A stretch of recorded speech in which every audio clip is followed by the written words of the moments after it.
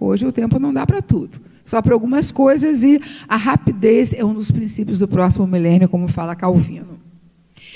E numa conversa com Rui de Oliveira, ele disse que ele desenhava para fugir de uma realidade que o oprimia.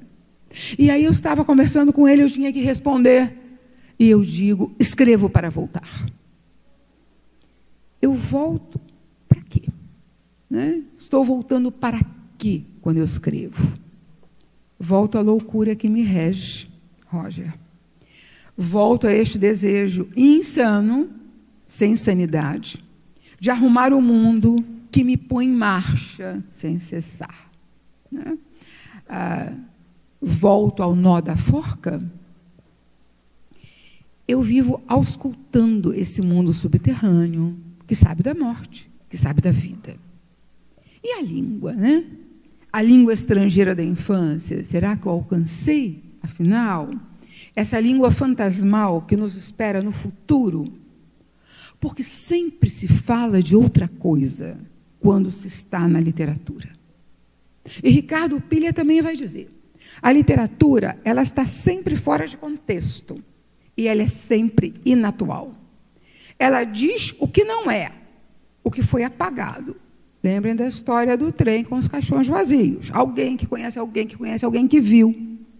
A literatura trabalha com aquilo que está por vir. Estou lendo um livro, quase acabando, que é do Haruki Murakami, do que eu falo quando eu falo de corrida. É também um livro sobre corrida. É também um livro sobre escrita. Mas, definitivamente, não é disso que ele está falando ali. Né? O ensaio de corrida é aquilo com que ele vai pegar o seu leitor para alertá-lo, presta atenção a alguma coisa a mais, isso é só. Né? Alguma coisa que não é. E do que é que o Murakami está falando do que eu falo quando eu falo de corrida? Ele fala da literatura, dessa pulsão, mas ele fala das vozes e do silêncio. A meu ver, né, na leitura que estou fazendo, é das vozes e é do silêncio que o Murakami fala nesta obra. Essas vozes do inconsciente, né? Nós somos camadas de ficção. Quando há terapias de regressões, acho que nós mergulhamos nessas camadas de ficção, que podem ir até não sei que idade, essas camadas de um saber que está muito soterrado, está muito guardado, e que as terapias, então, vão, né, como os arqueólogos, escavando delicadamente para não ferir nada e deixar, né, aparecer aquilo que constitui uma base e que se oculta. Em Viver é Feito à Mão, Viver é Risco em Vermelho, que é uma obra que me trouxe alegria, me trouxe muita dúvida, porque é um livro que eu escrevi num concurso, e nenhuma obra ganhou o concurso naquele ano, e eu fiquei arrasada. Se nenhuma obra ganhou, é porque essa também é uma obra ruim. Até que tive uma sorte enorme, quando eu vou pegar meus originais, Laura Sandrone está do outro lado da sala, e quando ouve que eu estou pegando a obra, né? Você escreveu essa obra? E aí senta comigo, a gente tem uma longa conversa, né? Eu ouço algumas recomendações de Laura, e vai sair o reescrito, o Viver é Feito à Mão, Viver é Risco em Vermelho. Com algumas indignações minhas, porque a primeira parte era muito autobiográfica, era o retrato do artista quando jovem, do James Joyce. Mas ponderei, queria que o livro saísse, transigi, e agora uma edição belíssima da Positivo, com ilustrações do Maurício Negro, que também vão liberar, né, porque também esse outro autor que dialoga com o texto verbal, ele pode liberar camadas, né, da escrita que ainda não tinham sido percebidas pelo próprio autor primeiro, o próprio autor original. Então, lá, há duas vozes né, que vem do inconsciente, vem de dentro da parede, vem de dentro de um barco. Uma é a alma de uma escrava que tinha 200 anos, ela nunca se diz fantasma, ela só diz, eu tenho 200 anos, você entende como você quiser. E é ela que vai dar toda uma linha de condução de futuro para a menina negra, pobre, sem família, que vivia num barraco lá na beira de uma favela. Do lado, né, do viver feito à mão, há um mago, um fado, que é o Ângelo Sândalo Bernardino. E é ele também que vai ensinar a outra menina a ver coisas que ela ainda não percebia, que ela buscava, mas que ela ainda não era capaz, né, de enxergar inteiramente. E ambas vão lá para os seus futuros a partir dessas vozes, né, que são um passado, como é Agna Amor, uma escrava torturada, mas que aponta para o futuro, e como o Ângelo Sândalo Bernardino, que também aponta para o futuro da Alinsa. O Ângelo Sândalo Bernardino me deu o maior nome, o maior trabalho para criar esse nome. Eu fui criando com muito cuidado, né? Eu queria uma massa sonora razoável. O sândalo vem de um quadrinho da infância, ser como o sândalo que perfuma o machado que o fere. Isso sempre foi um enigma para mim, né? Durante muito tempo. Então, eu fui compondo o nome desse personagem trabalhosamente. Um dia encontro num jornal o Angélico Sândalo Bernardino. Já ouviram falar dele? Ele é um arcebispo, um cardeal, deve ser agora, São Bernardo do Campo, Diadema, e eu sempre estive para procurá-lo, agora eu tenho que procurá-lo, porque quando eu encontro este nome, né, é uma grande epifania, né, como tinha Clarice, porque é um flash do real. Como o conto mencionado por Pilha, é a literatura avançando, dando um flash do real, daquilo que está por acontecer, daquilo que vai acontecer. Então, esse Angélico tem uma série de características, pelas coisas que eu andei lendo dele na imprensa, do meu personagem.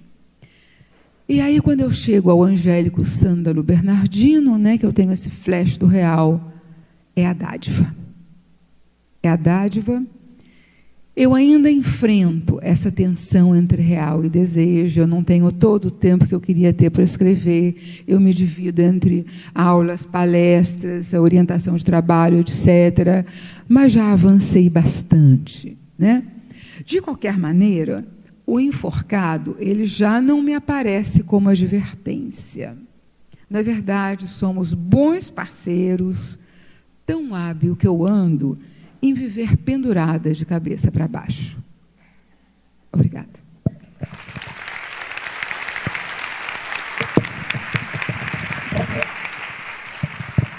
Obrigada. Vamos passar, então, a palavra.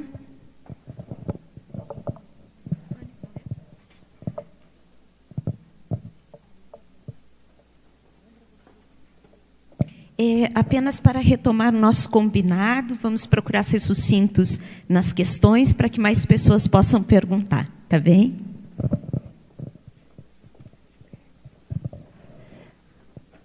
Boa tarde. Meu nome é Luziane, sou professora da Fundação Municipal de Educação de Niterói e, na verdade, eu acho que a professora Nilma já acabou respondendo um pouco da minha inquietação, mas... Muita honra, muito prazer.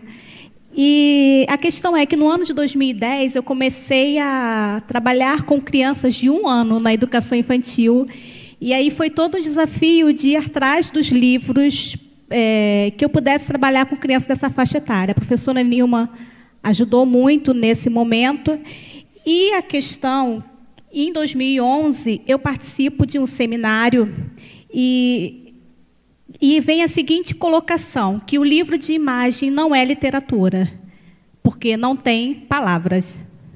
Então, assim, e foi um grande blá, blá, blá no meio da plateia, né? E haviam bastantes ilustradores nesse evento.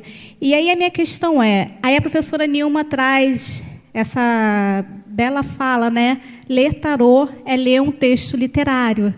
Então, eu acho que aí, né, a gente já pode dizer também, né, como que pode se afirmar, claro, como tem toda uma questão, né, acerca disso, mas um texto de imagem que tem uma narrativa tão cativante, né, tão do humano, que provoca uma narratividade sem fim. Como dizer que esse texto não é um texto literário, sem falar na questão do próprio autor, né? Que a gente percebe que, ultimamente, as imagens têm um respeito muito grande por esse leitor. Então, esse cuidado também, isso tem característica de uma obra, assim, literária. Então, eu gostaria de ouvir um pouquinho dos ilustradores em relação a isso.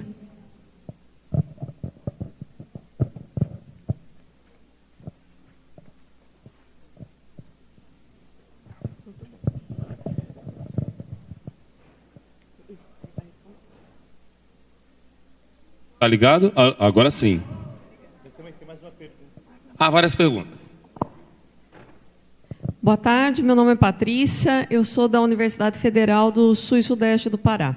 A minha pergunta para a professora Nilma, retomando o que a professora falou na apresentação sobre o Arminho Dorme, eu gostaria de saber um pouquinho sobre a tradução, em virtude de um livro que me cativou muito, em especial pela poeticidade, né? Como é que a senhora conseguiu manter isso?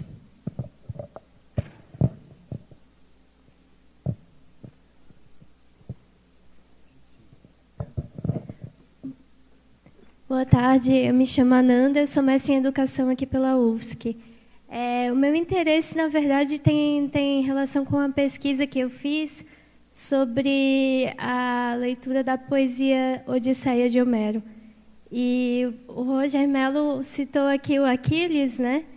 E eu gostei bastante do que ele falou no final, gostaria de saber mais a respeito do rei que inventa um código de escrita, porque me interessou, durante a minha pesquisa, como que essa poesia que foi cantada pelas musas se transformou numa escrita que depois foi memorizada e foi transformada em um modo de educar as novas gerações.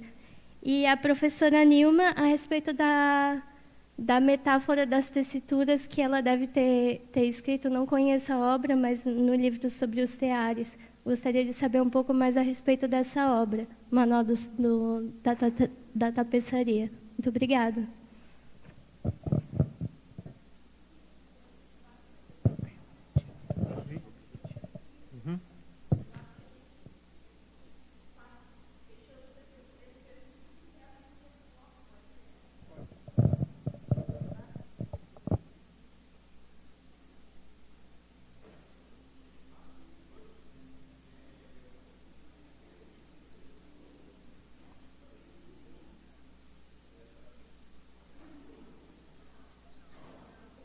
Vou para frente.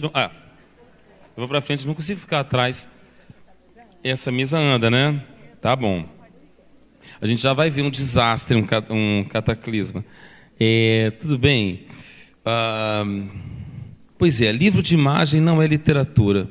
Eu não me importaria tanto com as nomenclaturas. A gente já sabe dar nome às coisas. Às vezes a gente se equivoca.